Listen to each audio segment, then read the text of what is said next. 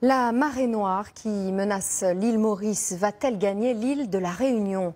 Les autorités françaises le craignent depuis que le navire a échoué au large des terres mauriciennes, s'est scindé en deux hier. Avant ça, il avait déjà laissé s'échapper plusieurs centaines de tonnes de fioul, touchant des espaces protégés et des espèces menacées. Frédéric Agnès. Que va-t-il advenir des deux parties du cargo échoué au large de l'île Maurice? C'est la question du moment. Et les habitants de l'île aimeraient bien y voir plus clair. Et là, on ne sait pas au niveau des autorités comment ça va se passer. S'ils vont retirer le bateau ce soir ou demain, on est dans la confusion totale. 1000 tonnes de fioul se sont échappées du navire. Le double, soit 2000 tonnes, ont pu être pompées. Mais ces cuves contiennent encore environ 90 tonnes de fioul. Or, les autorités mauriciennes envisagent de remorquer cette partie précisément de l'épave et de la couler au large afin d'éviter des dégâts supplémentaires. Une opération que la France souhaiterait éviter. Pourquoi? Parce qu'en déplaçant cette épave plus au sud, elle craint que l'île Maurice ne fasse plus barrière et que des boulettes d'hydrocarbures viennent s'échouer sur les côtes de la Réunion.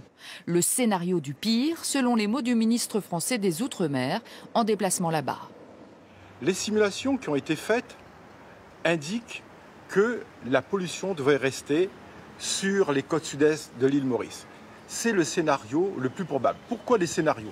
C'est parce que dans une prévision, il y a toujours de l'incertitude. Il faut bien se préparer au pire, au cas où. Le nord de l'île de la Réunion serait alors touché. À Sainte-Marie, cette hypothèse suscite pour l'instant des réactions mesurées. Ça inquiète, mais après, si ça arrive, on fera avec, hein, on mettra la main à la pâte. Pour le littoral, par rapport à la quantité qui a été répandue et surtout la quantité qui a été pompée, clairement, je pense qu'on s'en sortira pas trop mal. La période de mardi à jeudi sera la plus critique. Pendant ces 3 jours, nul doute que les vents et les courants seront suivis comme le lait sur le feu. De ce côté, le sud de la Californie est toujours en proie aux flammes. 2 incendies menacent la région de Los Angeles. Plus de 7000 hectares ont déjà brûlé. Des milliers de maisons sont menacées. 1500 pompiers sont mobilisés. En